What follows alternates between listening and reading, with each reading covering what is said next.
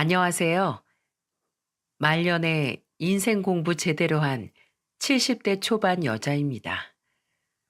배움에는 끝이 없다더니 이 나이에도 깨달음을 얻네요. 남편과 슬하에 자식 셋 낳고 살면서 가지 많은 나무 바람 잘 날 없다는 것쯤은 충분히 알고 있었는데 이 정도일 줄 몰랐습니다. 요즘 시대가 변한 건지 자식들이 변한 건지 인생이 참 쉽지만은 않았어요. 아무래도 자식들 인생이 평탄하지 못하니까 자식 둔 부모로서 덩달아 힘들었습니다. 남편과 민물장어 식당을 운영하면서 나름 돈도 잘 벌었고 꽤 잘 살았다고 생각했는데 되돌아보니 잘 살았던 건지 모르겠네요. 자식 농사의 끝은 자식들 혼사 치르고 나면 끝이라는 말이 있지 않습니까? 남편과 저는 새 남매 시집장가 다 보냈으니까 이제 우리끼리 여행도 다니고 인생 즐기며 살아보자고 다짐했었죠. 그런데 우습게도 이제 우리 인생 살아보자 다짐했을 때부터 다사다난했습니다. 특히 10년 전 둘째를 생각하면 저는 가슴이 미어져요. 둘째 며느리가 성격도 서글서글하고 참한 사람이라서 둘째 아들이 제일 잘 살 줄 알았죠. 둘째 아들도 다정한 성격이라 둘이 천생연분이구나 했답니다. 그런데 결혼하고 1년 뒤 갑작스런 교통사고로 둘째 아들이 세상을 떠나고 말았어요. 너무 날벼락 같은 일이라 온 가족이 다 어안이 벙벙했습니다. 응급실로 달려가 보니까 아들은 이미 숨을 거둔 상태였어요. 졸음운전 차에 치여 사망한 아들의 마지막 모습은 온몸에 피가 흥건했습니다. 저는 그때 정신을 놓을 것 같은 충격에 응급실 침대에 누워있는 아들을 보고 다리에 힘이 풀려 주저앉아 울며 말했어요. 저는 남편을 붙들고 지금 누워있는 건 둘째 아들이 아닐 거라고 소리쳤습니다. 그러다가 정말 둘째 아들이 맞나 두 눈으로 봐야겠다는 생각에 가까이 다가갔는데 분명 경민이었어요. 온 몸에 피가 잔뜩 묻어 있는 걸 보고 저는 또다시 무너지듯 오열하면서 말했습니다. 우리 경민이 손가락만 조금 까져도 아프다고 울던 앤데 피가 왜 이렇게 난 거야? 얼른 우리 경민이 좀 살려주세요. 경민아, 엄마 왔잖아. 엄마야. 여보 일어나. 우리 경민이 잘 보내줘야지. 내가 어떻게 경민이를 보내? 나는 못 보내. 바닥을 치며 오열하는데 남편이 저를 부축하며 위로했어요. 평범한 회사원이었던 둘째 아들 경민이는 야근하고 집에 가는 날이면 전화를 했었죠. 그 시간쯤에는 저도 남편과 가게 문을 닫고 들어갈 시간이라 꼭 전화로 오늘은 어땠냐고 안부 전화를 하던 다정한 아들이었습니다. 제가 이 지경인데 둘째 며느리는 어땠겠어요? 울다가 몇 번을 실신하기까지 해서 병실에 누워 있었어요. 그렇게 장례식장이 차려지고 온 식구들이 슬픔에 잠겨 힘들어 했습니다. 그때 남편은 꾹꾹 눌러 참던 슬픔을 술 한 잔에 쏟아내고 있었죠. 막내딸은 옆에서 남편을 위로하고 있었어요.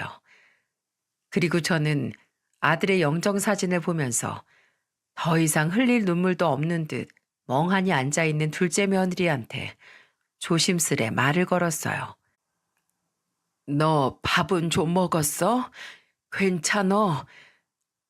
어머님, 저 아무것도 못 먹겠어요. 잘 먹고 잘 있으면 안 될 것 같아서 아무것도 못 하겠어요. 세상에 그런 말이 어딨어. 산 사람은 살아야지. 둘째 며느리는 자기 잘못도 아니면서 괜히 스스로를 자책하고 있었어요.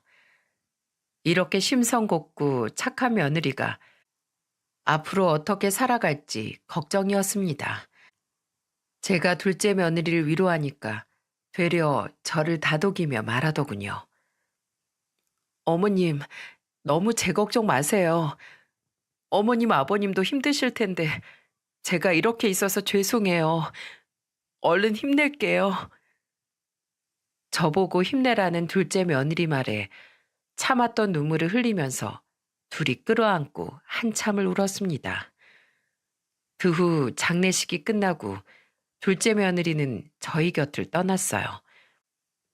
둘째 아들과 며느리 사이에 아이도 없었기 때문에 제 욕심 때문에 이제는 붙들고 있을 수 없었습니다. 그때 둘째 며느리는 아들과 지내던 집을 정리하고 마지막으로 저와 남편을 찾아와 슬픈 얼굴로 말했어요. 경민 씨랑 살던 집 오늘 다 정리했어요. 그동안 부족한 며느리였는데 예쁘게 봐주셔서 감사했어요. 정말 잊지 못할 거예요. 우리야말로 해준 게 없어서 미안하지. 너는 워낙 심성이 고와서 잘 살 거라 믿는다. 네, 어머님, 아버님도 몸 건강하세요. 그렇게 둘째 며느리마저 곁에서 떠나보내고 저와 남편은 가슴에 둘째 아들을 묻고 또다시 남은 생을 살아야 했어요. 한동안 슬퍼서 힘들었는데 그때 큰아들과 막내딸이 큰 힘이 됐답니다. 저와 남편이 혹시나 우울해할까봐 가게로 자주 오곤 했어요. 특히 큰아들은 며느리와 손주들까지 데리고 와서 내 식구가 시끌벅적하게 왔다가 가곤 했죠. 힘내라는 말은 없어도 그렇게 한 번씩 와주는 게 의지가 되고 힘이 나더라고요. 그래서 저와 남편도 남은 자식들과 손자들 보면서 점차 힘을 낼 수 있었답니다. 그런데 언제부터인가 막내딸이 얼굴이 이상했어요. 안색도 안 좋고 생긋생긋 잘 웃던 애가 잘 웃지도 않는 겁니다. 그래서 저는 걱정스러운 표정으로 물었어요. 은영아, 너 혹시 어디 아파? 엊그제부터 안색도 안 좋고 아파 보여. 요새 일이 바빠서 잠을 잘 못 잤더니 까칠해져서 그런가 봐. 막내딸은 일이 바빠서 그런 거라며 대답하더군요. 그래서 저는 너무 걱정되는 마음에 몸부터 챙기라고 말했죠. 그런데 그 후로도 막내딸은 단순히 일이 바빠서 그렇다기에는 어딘가 좀 이상했어요. 그때 날씨가 후덥지근한 날씨였는데 막내딸은 굳이 긴팔을 입고 다니는 겁니다. 안 도와줘도 된다고 해도 굳이 퇴근하면 식당으로 와서 일손을 돕기도 했죠. 그래서 안 덥냐고 물어봐도 에어컨 바람이 싫다면서 대답하는데 이마에는 땀이 송글송글 맺혀 있어서 이상하다 싶었어요. 그래서 제가 정신없이 일하고 있는 막내딸의 손을 잡고 식당 뒤로 나갔습니다. 그런데 제가 딸의 팔을 세게 잡지도 않았는데 아프다면서 비명을 지르는 거예요.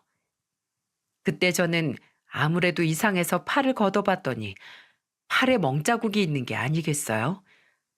너무 놀라서 딸한테 추궁하며 물었어요. 너 이거 뭐야? 팔이 왜 이래? 잠깐만, 너 목에 그거 상처야? 사무실에서 일하는 애가 몸에 멍이랑 상처 날 일이 뭐가 있다고 몸이 이 지경이야. 너 엄마한테 바른 대로 말해. 엄마, 나 너무 무서워. 딸 몸에 있는 멍과 상처를 보고 놀란 제가 딸을 추궁하면서 물어보니까 갑자기 눈물을 터뜨렸어요. 막노동을 하는 것도 아닌데 딸 몸에 있는 멍이나 상처는 이해할 수가 없었어요. 그래서 저는 우는 딸을 어르고 달래가면서 전부 말하라고 다그쳤죠. 그러자 딸은 그동안 있던 일을 전부 털어놓기 시작했고 저는 기가 막힌 현실에 가슴을 치며 울었습니다. 그날 딸이 제게 울면서 털어놓은 일은 이랬어요. 엄마, 사실 그동안 돈 때문에 엄마 가게 왔었어. 미안해. 아무리 급해도 여기 오는 게 아니었는데 내가 정말 미안해. 뭐? 아니, 네가 돈이 왜 필요해? 그게 남편이 내 이름으로 대출을 받았는데 금액이 너무 커서 연체된 지가 좀 됐어. 그동안 월급으로 갖고 있었는데 이제는 내 월급으로도 감당이 안 될 것 같아. 나 신용 불량자 됐어. 어떡해, 엄마? 뭐야? 아니, 이서방이 네 명의로 대출을 받았다고? 왜? 멀쩡한 회사 다니는 놈이 왜 네 명의로 대출을 받아? 회사 잘린 지 좀 됐어. 맨날 회사 지각하고 마음대로 결근해서 결국 잘렸어. 근데 회사 잘리고 나서 갑자기 도박에 손을 대면서 집에도 잘 안 들어왔어. 돈 떨어지면 그때야 집 들어와서 돈 내놓으라고 화내고 맨날 날 때렸어.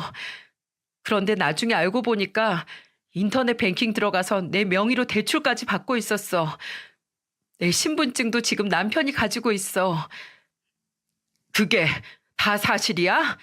그 자식이 널 때렸어? 이런 미친놈을 봤나? 감히 내 딸한테 손을 대?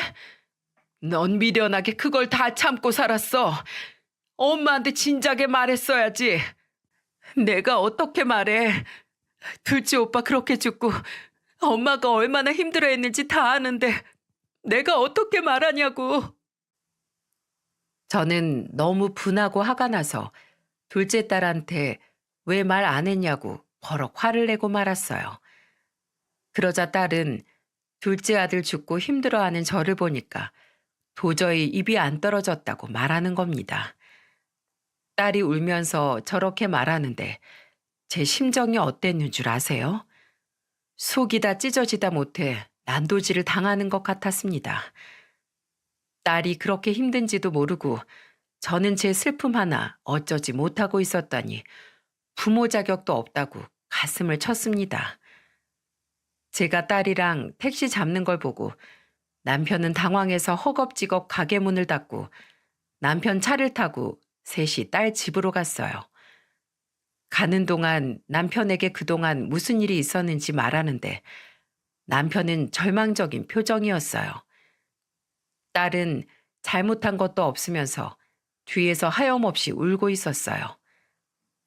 딸 집에 도착하자 빌어먹을 사이놈이 천하태평한 자세로 게임을 하고 있었죠.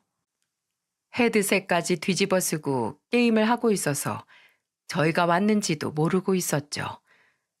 저는 곧장 가서 뒤통수를 내리쳤습니다. 그러자 악소리를 내면서 뒤를 돈 사위가 남편과 저를 보고 깜짝 놀란 얼굴이었죠. 그래서 저는 화가 난 목소리로 말했어요. 아파? 지금 한 대 쳐맞고 아프다고 악소리를 낸 거야? 어? 한 대 쳐맞고 아파?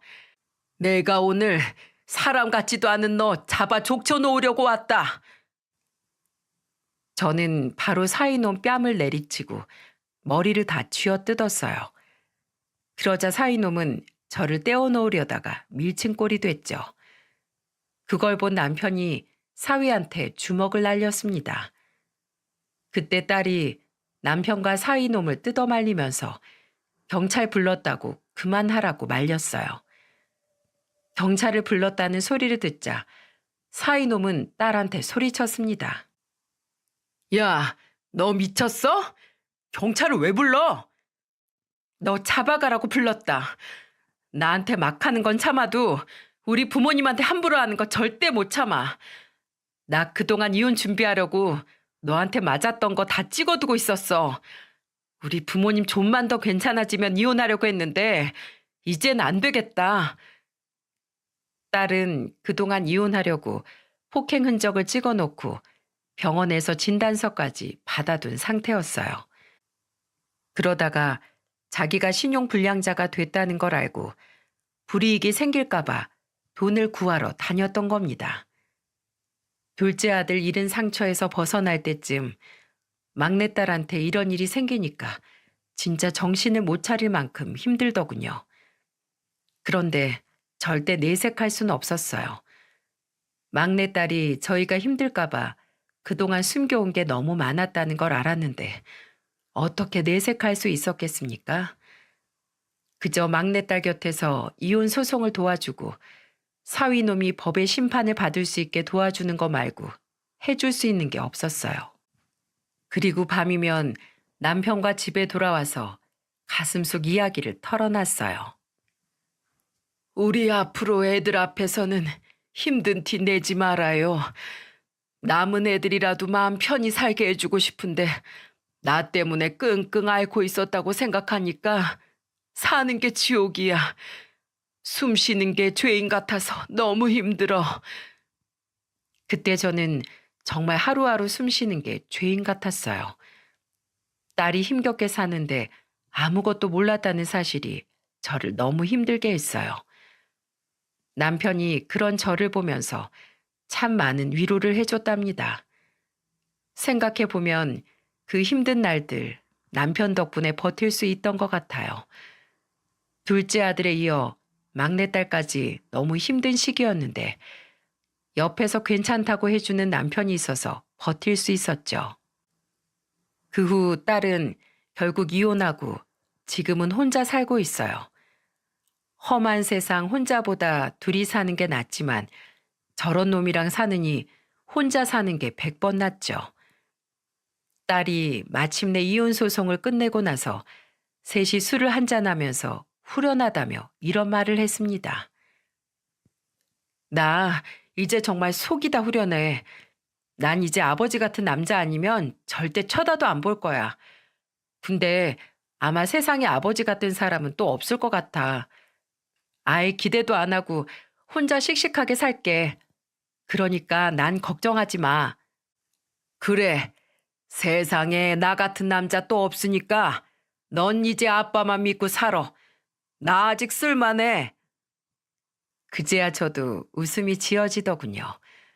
한동안 지옥 같은 시간을 보내면서 언제 웃었는지도 까마득했는데 딸이 이혼을 마무리 짓고 나서야 한시름 놓을 수 있었답니다. 여기까지만 들어도 저 집안도 참 속 시끄러울 일 많다 싶지 않습니까? 그래도 고통 끝에 낙이 온다고 잘 살았다 이쯤으로 끝나길 바랬지만 저는 말년에 고생할 팔자였나 봐요. 그렇게 10년쯤 지나자 어느덧 손주들도 부쩍 커 있었습니다. 유일하게 큰아들만이 가정을 꾸리고 살아가고 있었죠. 큰며느리도 싹싹한 성격이라서 별 문제 없이 왕래하면서 잘 지내고 있었어요. 그런데 문제는 며느리가 콩나물 국밥 가게를 오픈하면서부터 시작됐습니다. 큰아들이 사업을 하고 있었는데 그때 며느리가 애들도 다 컸는데 이제는 자기 일을 하고 싶다고 했죠. 그래서 아들은 주부로만 살았으니까 답답할 수 있겠다는 생각이 들어 가게를 차려줬던 겁니다. 막상 가게를 시작하니까 며느리는 신이 났는지 가게에 살다시피 했어요. 일단 시작했으니 열심히 하는 건 좋은데 점점 집안일은 뒷전인 겁니다. 심지어는 명절이라서 같이 시장 보러 가려고 언제쯤 시간 되냐고 물어보려고 전화를 했더니 며느리가 귀찮다는 듯 말하는 거예요. 아, 제사요? 어머님, 솔직히 요즘 누가 명절이라고 꼬박꼬박 제사를 지내요. 시집 와서 10년 넘게 했으면 됐지. 대체 언제까지 해야 되는 거예요? 뭐? 아니, 그게 갑자기 다 무슨 소리야? 그렇잖아요. 요즘은 명절에 제사 안 지내고 다 해외로 여행 간다고 뉴스에도 나오잖아요. 인천공항이 미어 터질 만큼 간다는데 우리는 언제까지 방구석에서 제사를 지내고 있어야 되는데요. 어머님도 사실 힘들고 피곤하지 않으세요?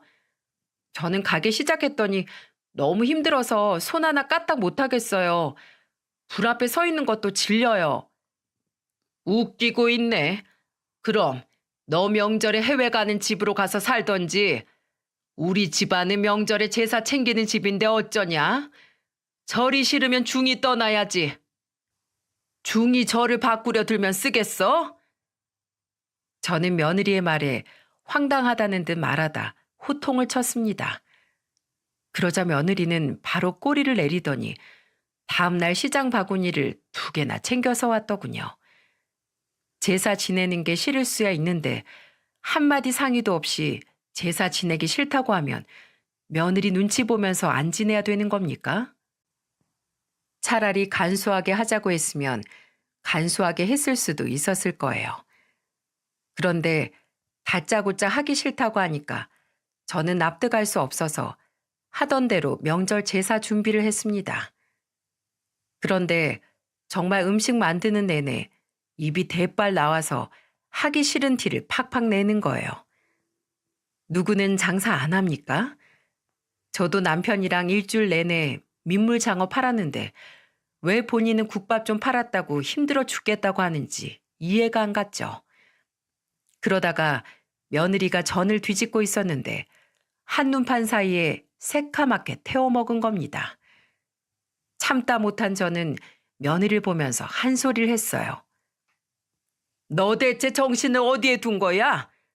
그놈의 핸드폰 좀 그만 못해? 저한테 왜 그러세요? 전이 다 타긴 했지만 그래도 불은 안 났잖아요. 세상에 무슨 그런 말이 다 있니? 지금 핸드폰에 정신 팔려 있는 것만 봐도 집안 살림 다 거덜나게 생겼어. 불만 안 냈지. 너 지금까지 그릇도 깨먹고 전도 다 태워 먹었잖아. 이런 식으로 할 거면 나가 그냥. 너무 열이 받아서 며느리한테 나가라고 소리를 쳤어요. 안 그러던 애가 핸드폰에 정신이 팔려서 집중을 못하는 겁니다. 그러면서 한 손에는 핸드폰, 다른 손에는 접시를 옮기느라 접시도 2개나 깨먹었어요. 그러니 제가 화가 안 날 수 있었겠습니까? 소리를 지르면서 나가라고 하니까 아들과 남편이 와서 왜 그러냐면서 말렸죠. 저는 화난 목소리로 며느리를 보며 말했어요. 너 그 핸드폰 방에 두고 와.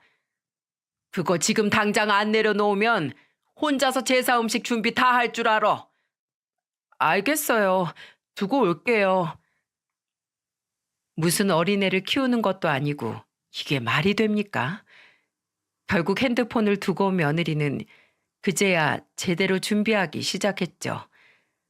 진짜 그날 속이 터져서 내가 내 명에 못 살겠다 싶었다니까요. 대체 그동안 잘 지내던 애가 왜 이럴까 너무 의아했습니다. 우여곡절 끝에 명절을 보내고 남편과 둘이 있을 때 저는 남편한테 말했어요. 요즘 며느라이 좀 이상하지 않어? 원래는 안 그러던 애가 핸드폰에 정신 팔려서 아무것도 안 하더라니까. 젊은 애들 핸드폰 많이 쓴다니까 걔도 그런 거겠지. 안 그러던 애가 그러니까 그렇지. 그 콩나물 국밥 가게 차리고부터 그러던데 뭐 딴짓하고 다니는 거 아니야? 생전 안 하던 며느리 흉을 보는 걸 보니까 아주 단단히 화가 난 것 같네. 그래도 걔가 그럴 애는 아니야. 이제 애들 다 컸으니까 재밌게 살고 싶은가 보다 해줘. 그리고 며느리 때문에 화나면 며느리 잡지 말고 둘이 있을 때 나한테 말해. 원래 시어머니가 며느리 바늘로 콕콕 찌르면 며느리는 짱돌 들고 아들 잡는 거라니까. 그러니까 괜히 큰아들네 싸우고 살게 하지 말고 나한테 말해. 저는 변한 며느리가 답답하고 이해 못하겠는데 남편은 그냥 눈 감아 주자는 거예요. 그래서 한동안 남편을 붙들고 며느리가 변했다고 하소연을 했습니다. 그 후로도 며느리가 집안 행사에도 잘 안 오고 한 번은 대뜸 가게에 손자들을 데려와 저한테 이런 말을 했던 적도 있었죠. 어머님, 제가 지금 급한 일이 있어서 어딜 좀 가야 하는데 애들 학원 가기 전에 밥 좀 챙겨주세요. 아, 그리고 밥 먹고 나면 여기 앞에 사거리 있는 수학학원으로 데려다 주세요. 너 애들 이렇게 맡겨두고 어딜 가는데? 며느리는 자기 할 말만 하고 사라져 버렸어요. 손자를 시어머니한테 둘이나 맡겨놓고 이렇게 쌩하고 사라지는 며느리 본 적 있으신가요? 저는 너무 황당해서 기가 막혔습니다. 그때 남편은 제가 애들 앞에서 화난 얼굴로 있으니까 얼른 나와서 손자들 밥 챙겨주겠다면서 손자들을 챙겼어요. 와, 정말 며느리가 이 정도면 시댁을 편하게 생각하는 게 아니라 무시하는 거라고 생각했죠. 그래서 아들한테 전화를 해서 화를 내며 말했어요. 경필아, 대체 며느리 콩나물 국밥을 어떻게 팔길래 저렇게 맨날 정신없이 다니는 거야? 오늘도 애들만 여기 딸랑 맡겨놓고 그냥 가잖아. 아, 정말? 내가 잘 말할게, 어머니. 옆가게 사장들이랑 친해지고부터 계속 놀기만 하네. 아유, 죄송해요. 오늘만 애들 좀 부탁할게요. 알고 보니까 며느리는 가게를 차려놓고 같은 건물에 있던 다른 자영업자들 사장들이랑 친목 모임을 하고 있던 거예요. 제가 볼 때 가게는 뒷전이고 놀러 다니기 바쁜 것 같아서 저러다가 망하는 거 아닌가 싶었죠. 그래도 제가 나서는 것보다 아들이 나서는 게 낫다 싶어서 가게 말아먹기 전에 제대로 한 소리 하라고 했어요. 그렇게 몇 달이 지나고 어느 날 제가 몸이 좀 안 좋았던 날이었습니다. 몸살이 오는지 오한이 느껴지고 머리가 아파서 기운이 하나도 없었어요. 그래서 그런 저를 본 남편이 걱정스러운 목소리로 말했죠. 당신 미열이 좀 나는 것 같은데 오늘 내가 가게 나가 볼 테니까 당신은 병원 좀 들렸다가 좀 쉬고 있어. 내가 직원들이랑 장사 준비하고 또 장사하면 되니까 걱정 말고 쉬어. 남편은 제가 미열이 난다고 병원에 갔다 와서 좀 쉬라고 했죠. 그런데 한창 바쁠 금요일이라 저는 병원 갔다가 가게로 출근하겠다고 했어요. 그렇게 저는 병원 진료를 보고 집에 잠깐 들렸다가 가게로 나갈 준비를 하고 있는데 가게 직원한테서 다급한 전화가 걸려왔습니다. 사모님, 큰일 났어요. 왜? 무슨 일 있어? 그게요. 사장님이 화장실에서 쓰러지셔서 119에 신고해서 지금 구급차가 이송했어요. 빨리 병원으로 가보세요. 저는 갑자기 걸려온 전화에 깜짝 놀랐어요. 아침까지만 해도 멀쩡했던 남편이 쓰러졌다니 믿을 수가 없더라고요. 그렇게 병원으로 달려갔는데 남편은 골든타임을 놓쳐서 이미 세상을 떠난 뒤였어요. 그렇게 남편은 76의 나이에 갑작스런 심장마비로 세상을 떠났습니다. 사람이 이렇게 허망하게 갈 수 있는 건지 기가 막혔죠. 어쩜 인생이 이럴 수가 있는 겁니까? 둘째 아들 떠나보내고 막내딸 이혼부터 이제는 남편까지 이렇게 되니까 삶의 의욕을 다 잃었어요. 정말 열심히 살아서 뭐하나 싶은 생각이 절로 들었죠. 큰아들과 막내딸은 제가 혹시나 잘못된 생각을 할까봐 제 옆에서 저를 챙겼습니다. 남편 장례를 치르는 동안 정말 하늘이 무너진 줄 알았어요. 주변에서도 금슬 좋은 부부라고 할 만큼 저희 부부는 사이가 좋았죠. 대화도 많이 했고 같이 가게를 하면서 의지하고 있는 것도 컸습니다. 그런데 갑자기 남편이 잘못됐다고 생각하니까 앞길이 막막했어요. 제가 바닥에 엎드려 울고 있으니까 큰아들이 와서 안아주며 말하더군요. 엄마, 괜찮아요. 저 있잖아요. 장남 믿고 힘내세요. 그때 저는 큰아들의 말에 한참을 울었어요. 그런데 그 순간 슬퍼하지 않는 한 사람이 있었죠. 그 사람은 바로 며느리였어요. 어쩜 맏며느리라는 애가 뭐라고 했는 줄 아십니까? 어머님, 뭘 그렇게 힘들어하세요? 76이면 아버님 호상이에요. 그리고 부부로 그렇게 긴 세월 살았으면 오래 산 거죠. 이렇게 슬퍼할 것도 없어요. 그러니까 툭툭 털고 일어나세요. 우리가 기쁘게 보내줘야 아버님도 편하게 가시죠. 시아버지 장례식장에서 며느리가 이런 말을 했다니까요. 저는 듣자마자 두 귀를 의심했습니다. 기쁘게 보내주자니 정말 기가 막혔어요. 그러자 며느리가 하는 말을 듣고 있던 아들이 벌떡 일어나 호통을 치며 말했어요. 지금 말 다 했어? 우리 아버지가 생전에 당신을 얼마나 예뻐했는데 그런 소리를 해. 당장 사과드려. 내 말이 뭐가 틀려. 젊은 사람이 죽었으면 나도 같이 슬펐겠지. 근데 아버님은 정말 사실만큼 사셨잖아. 옛날에는 호상이면 장례식장에서 고스톱도 치고 술 마시면서 떠들기도 했다는데 왜 다 슬프게 했냐고. 너 그냥 나가. 혼자 나가서 호상이라고 탈춤을 추든 술을 처마시든 알아서 해. 쫓겨나면 나야 좋지. 여기서 허드렛 일 안 해도 되는데 쫓아내줘서 고맙다, 고마워. 저는 며느리한테 귀신이라도 붙었나 했어요. 어쩜 사람이 저렇게 변할 수 있는지 의문이었죠. 안 그래도 아들이 저한테 전화해서 며느리가 변해서 집안일도 혼자 하고 사업까지 하느라 힘들다고 하소연을 많이 했었어요.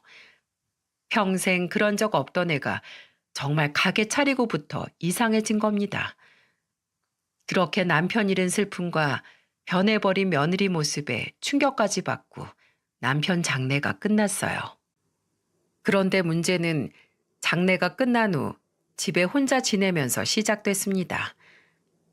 남편의 손때가 남은 집에서 혼자 살려니까 너무 적적한 거예요. 그리고 집안 곳곳이 남편과의 흔적들 뿐이라 도무지 슬픔이 떠나질 않았죠. 그리고 남편이 갑자기 떠났던 날, 내가 아니라 남편을 병원에 보낼 걸 후회가 막심했어요. 그래서 혼자 소주를 마시면서 한탄을 하며 말했죠. 가려면 나도 데려가야지. 당신도 없이 나 혼자 어떻게 살라고 이렇게 가버리는 거야. 둘째 아들이 그렇게 보고 싶었어? 그래서 나만 여기 두고 혼자 둘째 보러 간 거야? 나도 우리 경민이 보고 싶어. 나도 데려가줘, 여보. 매일을 그렇게 술을 마시다 보니 저도 몸이 점점 약해지고 있었어요. 그러다 보니까 가게도 혼자 운영하기에는 힘든 점이 많았죠. 자식들도 다 각자 일을 하고 있으니까 같이 할 사람도 없었고, 무엇보다 남편이 같이 하던 식당을 더 이상 잘 해나갈 자신도 없었어요. 그래서 큰아들이 이런 상황을 파악하고 저한테 진지한 목소리로 말했습니다. 엄마, 식당 지금 팔면 제값 받고 팔 수 있어요. 내가 볼 때 엄마 혼자 할 수 있는 규모도 아니라서 산다는 사람 있을 때 제값에 파는 거 어때요? 그래, 정리하자. 나는 이 집도 힘든데 가게까지 어떻게 하겠어? 집에서부터 가게까지 매일같이 붙어있던 사람인데 갑자기 사라지니까 너무 힘들어 죽겠어. 그렇게 저는 남편과 운영하던 가게를 팔았어요. 13년을 같은 자리에서 해왔는데 정리하려고 하니까 제 인생이 져버리는 것 같았습니다. 그래도 더 이상 해나갈 자신이 없어서 정리하기로 했어요. 그동안 남편과 같이 장사를 하면서 아침부터 눈 감는 순간까지 늘 함께였는데 혼자 남겨지니까 외로움에 힘들었습니다. 다 늙어서 혼자 남겨진 외로움 때문에 공황장애까지 올 줄 몰랐어요. 그래서 큰아들이 이런 저를 보고 걱정스러웠는지 이런 제안을 하더군요. 혼자 계시는 거 너무 걱정되는데 우리 집으로 오세요. 이제 손자들 크는 재미 보면서 같이 살아요. 아들이 이렇게 말을 하는데 솔직히 옆에 있던 며느리가 반대할 줄 알았어요. 그런데 며느리가 의외의 대답을 하는 겁니다. 네, 어머님, 그렇게 하세요. 혼자서 지내면 힘드시잖아요. 그러니까 저희랑 함께 지내요. 당신이 웬일이야? 내가 왜? 나 원래 말만 좀 세지 마음은 비단결이었어. 그러니까 우리 앞으로 잘 지내봐요, 어머님. 저는 며느리의 의외의 반응에 당황했어요. 그런데 며느리가 이렇게 저를 반겼던 이유가 따로 있었습니다. 저를 생각해서 같이 살자고 했던 게 아니라 다 본인 편하자고 한 선택이었어요. 아무것도 모르고 저는 기쁜 마음으로 아들 집으로 들어가서 같이 살기 시작했죠. 처음에는 손자들 용돈도 챙겨주면서 즐거웠습니다. 그런데 갑자기 터진 온 국민이 힘들어하는 시국은 아들 사업을 위협하기 시작했어요. 매일 한숨을 땅 꺼져라 쉬는 아들을 보며 저는 걱정스럽게 물었죠. 요즘 사업 많이 힘드니? 저만 힘든 것도 아닌데요, 뭘. 그래도 집안 가장이 한숨을 땅 꺼져라 쉬면 되겠어? 그 가게 팔고 생긴 돈 있잖니? 그걸로 좀 도와주마. 급한 불만 좀 꺼. 아니에요. 제가 왜 엄마 도움을 받아요. 됐어. 죽을 때 이고 갈 것도 아니고. 네가 잘 살아야 우리 다 잘 사는 거잖아. 그러니까 잔말 말고 받아. 아들은 저한테 미안한 표정을 지으면서 알겠다고 대답했죠. 그런데 그때 갑자기 며느리가 제 앞에 무릎을 꿇더니 이렇게 말하는 거예요. 어머님, 저 좀 도와주시면 안 될까요? 저 요즘 직원들 월급도 밀리게 생겼어요. 오죽하면 제 월급도 못 챙기고 있겠어요. 꼭 기다렸다는 듯 말하는 걸 보니까 며느리는 저한테 돈이 있다는 걸 알고 콩고물 떨어지길 기다린 사람 같았어요. 안 그러고서야 아들과 둘이 대화하는 걸 엿듣고 이렇게 달려오겠습니까? 저는 어이가 없었어요. 도와줄 수야 있는데 괘씸해서 저는 도와주는 대신 조건을 걸며 말했습니다. 그래, 너희가 살아야 손자들도 살 수 있을 테니까 내가 도와주마. 그런데 하나 조건이 있다. 뭔데요? 어머니 말씀만 하세요. 무조건 다 할게요. 효도 계약서 써라. 네? 그게 뭐예요? 내가 뭘 믿고 그 큰 돈을 턱턱 빌려줘? 돈만 받고 너희가 태도 돌변하면 나는 낙동강 오리야 되는데 쉽게 빌려주겠어? 요즘 재산 물려줄 때 이런 거 많이 쓴다더라. 아무것도 모르는 아들 부부를 보면서 저는 종이와 연필을 가져오게 하고 부르는 대로 쓰라고 했죠. 한 5가지를 말하면서 이렇게 쓰게 했어요. 어머니 이옥부는 아들 우경필에게 3억, 며느리 김미자에게 4천을 증여한다. 첫째, 매달 아들 며느리는 어머니에게 용돈을 각 30만 원씩 보낸다. 둘째, 매일 아침 다 같이 모여서 아침을 먹는다. 셋째, 매주 주말에는 가족들과 하루를 같이 보낸다. 넷째, 한 달에 한 번씩 가족들과 여행을 간다. 5번째, 2주일에 한 번은 꼭 외식을 한다. 위 5가지 조항을 이행하지 않을 경우 증여받은 금액을 어머니 이옥분에게 전부 반환한다. 아들은 제가 부르는 걸 전부 받아 적으면서 녹음도 같이 했습니다. 그리고 마지막에 아들과 며느리 저까지 셋 다 도장을 찍었죠. 며느리는 처음에 뭘 이런 걸 쓰냐면서 툴툴거렸지만 급한 돈 4천을 증여해 준다고 하니까 얼씨구나 하고 쓰기 시작했어요. 그래서 저는 가지고 있던 5억 중에 일부를 아들과 며느리한테 주면서 이렇게 말했어요. 자, 난 이제 수중에 한 푼도 없어.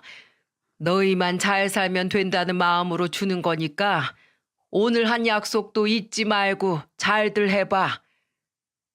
저는 일부러 이제 한 푼도 없다고 말했어요. 괜히 더 있다고 해봐야 좋을 게 뭐가 있겠나 싶었죠.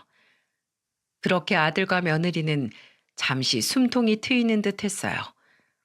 하지만 아들은 제가 준 돈으로 사업을 다시 잘 꾸려가는데 며느리는 여전히 힘들어 보였습니다. 그런데 뭐가 그렇게 바쁜지 맨날 밖으로만 다니는 거예요. 그래서 제가 한 번은 이런 말까지 했었죠. 넌 가게도 잘 안 된다면서 뭐가 그렇게 바빠?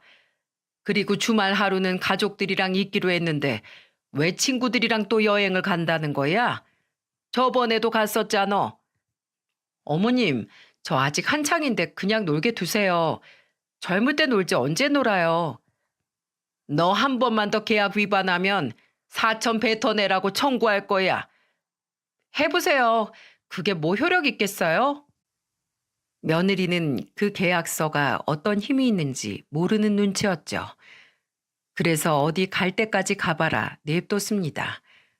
그런데 정말 5가지 약속을 단 한 번도 제대로 지키는 걸 본 적이 없습니다. 아침도 아들이 챙겼고 외식 여행 전부 아들과 손주랑만 갔어요. 진짜 곧 며느리한테 제대로 돈 내놓으라고 하려 했는데 사건이 딱 터졌습니다. 의자에 앉아 있다가 일어나려는데 너무 어지러워서 자리에서 못 일어나겠는 거예요. 그렇게 한참을 멍하게 앉아 있었는데 순간적으로 몸이 말을 안 듣는 것 같았습니다. 그리고 갑자기 머리가 깨질 듯이 아파와서 거실에 있던 며느리한테 힘겹게 가서 말했어요. 갑자기 발음도 어눌해지고 치매처럼 말도 잘 생각 안 났죠. 그래서 힘겹게 며느리한테 이렇게 말했어요. 나 얼마 전부터 너무 어지럽고 두통도 심해져서 그러는데 병원 좀 같이 가자. 발음도 이상하고 아무래도 뇌졸중인 것 같아서 같이 가서 MRI 좀 찍어보는 게 좋겠어. 그 나이는 원래 다 아파요. 괜히 병원비 축내지 말고 두통약 먹고 한숨 푹 자고 일어나세요. 그리고 저야말로 가게 때문에 머리 터져서 뇌출혈 올 것 같아요. 애초에 아들이라고 더 도와주고 전 조금만 도와주셔서 이렇게 된 거잖아요. 어머님도 저도 돈도 없는데 그냥 좀 참아요.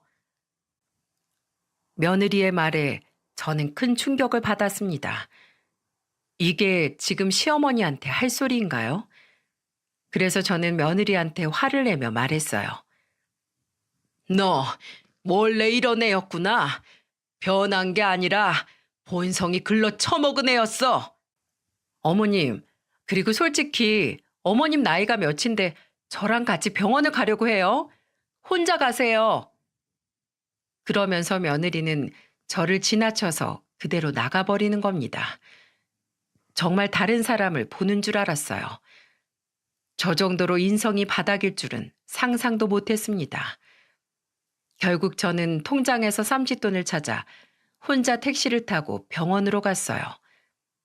시간이 갈수록 팔을 올리기 힘들 정도로 마비 증세가 느껴졌습니다. 급하게 병원으로 가서 증상을 말하자 갑자기 병원에 있던 의료진들이 빨리 MRI부터 찍어보자고 했어요. 알고 보니까 진단 결과 뇌졸중 진단을 받게 됐어요. 의사는 저한테 이렇게 말했습니다. 빨리 오셔서 다행입니다. 뇌졸중은 4-5시간 안에 병원으로 오시는 게 중요한데 정말 잘 오셨어요. 아직 수술할 정도는 아니고 우선 약물 치료 시작할게요. 혈액 응고를 예방하고 혈압이랑 콜레스테롤 수치 낮추는 약이에요. 약물 치료 후에 상태 보면서 필요하면 수술 진행할게요. 그때 저는 약물 치료를 받기 위해 침상에 누웠는데 눈물이 주르륵 났습니다. 그리고 시간이 좀 지나 입이 좀 풀린 느낌이 들어 아들에게 전화를 했습니다. 아무것도 모르는 아들이 전화를 받았는데 울먹이는 제 목소리에 깜짝 놀라며 물었어요. 무슨 일 있으세요? 목소리가 왜 그래요? 아들아, 희애미 큰일 났다. 지금 어디신데요? 무슨 일인데요? 병원이야. 엄마 뇌졸중이란다. 네? 뇌졸중이요? 지금 혼자 계세요? 오늘 가게 문도 안 여는 날인데 며느리는 없어요? 며느리 얘긴 꺼내지도 마라. 걔가 나보고 글쎄 머리 그거 좀 아픈 거 참으란다. 그래서 도저히 안 될 것 같아서 혼자 온 거야. 내가 미련했어. 그게 사실이에요? 우선 제가 지금 병원으로 갈게요. 그러자 아들은 화가 잔뜩 난 목소리로 전화를 끊었습니다. 그리고는 아들은 병원으로 저를 데리러 왔어요. 그때 저는 한 일주일 정도 병원에 입원해서 신경학적인 치료를 받아야 했습니다. 정말 조금만 늦었어도 큰일 날 뻔했다면서 의사가 말했어요. 보통 시어머니가 입원하면 며느리가 와봐야 되는 거 아닙니까? 손자들도 할머니 걱정된다고 아빠 따라서 병원으로 오는데 며느리는 머리카락 한 톨도 안 보였어요. 알고 보니까 자영업 모임 친구들이랑 제주도로 여행을 갔던 거였습니다. 그리고 저는 일주일간 치료를 받은 뒤 재활 치료를 받으러 다녀야 했어요. 그렇게 위험한 고비를 넘기고 일주일 만에 집에 왔는데 며느리가 아무 일 없던 듯 거실에 앉아 TV를 보고 있는 겁니다. 그때 아들은 그 모습을 보자 씩씩거리면서 며느리한테 가서 뺨을 내려쳤어요. 그러면서 화가 잔뜩 난 목소리로 이렇게 말했죠. 야, 네가 인간이야? 집에서 기르던 개가 아파도 병원을 가는 세상에 우리 엄마가 아프다고 병원 좀 가자니까 참으라고 했다며? 네가 그러고도 뭘 잘했다고 일주일이나 제주도를 쳐 갔다 오는 거야? 그럼 이미 약속된 걸 어떡해. 나는 출발할 때 어머님이 그렇게 심각한 줄 몰랐다고. 그게 지금 말이 돼? 놀러 가는 게 목숨보다 중요해? 너한텐 그런 거야? 저 연세 건강한 게 더 이상하지. 왜 나한테 성질이야? 뭐야? 이게 진짜 뚫린 입이라고 막 뱉는 거 봐. 이 여편 내가 미쳤나? 너랑은 이혼이야. 짐승만도 못한 거랑 난 더는 안 살아. 오죽하면 애들이 할머니가 더 좋다고 하냐? 너 그리고 그 여행에 남자들도 있더라. 너 우리 어머니한테 빌린 돈 4천도 갚어. 나 증거 엄청 많아. 몽땅 털리기 싫으면 이혼 도장 조용히 찍고 물러나 당장. 결국 아들은 며느리의 적반하장 태도에 화가 나서 이성을 잃었어요.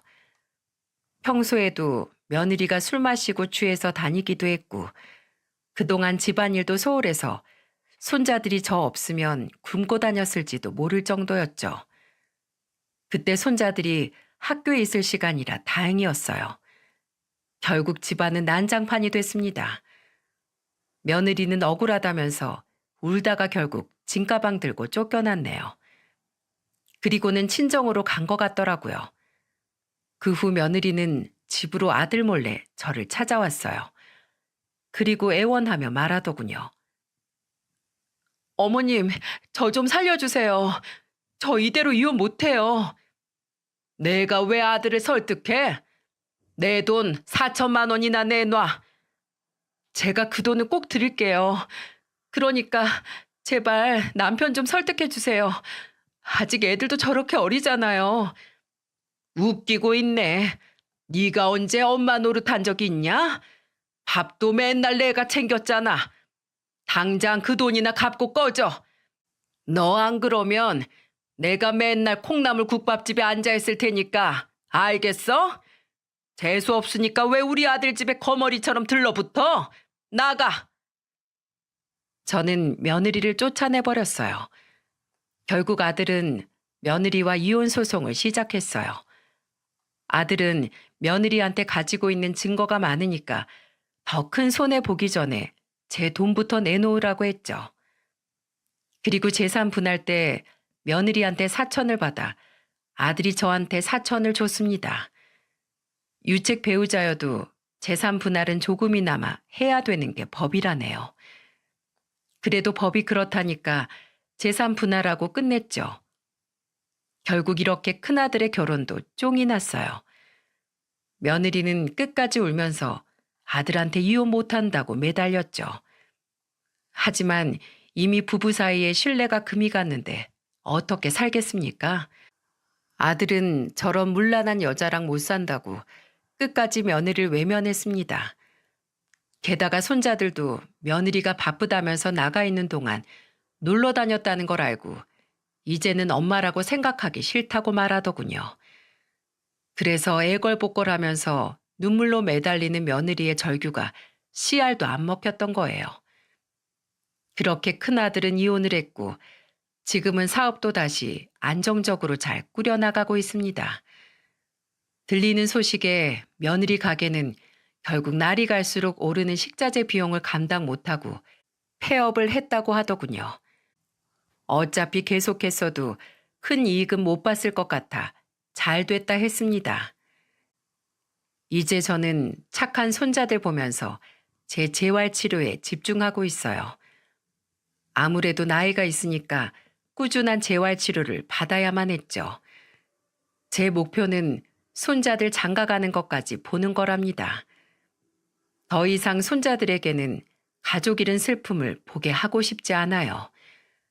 언젠가 저도 떠날 날이 오겠지만 최대한 건강하게 살다 조금이라도 늦게 가고 싶습니다.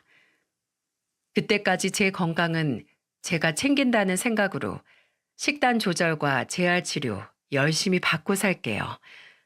모두 건강 조심하시고 끝까지 들어주셔서 감사드립니다.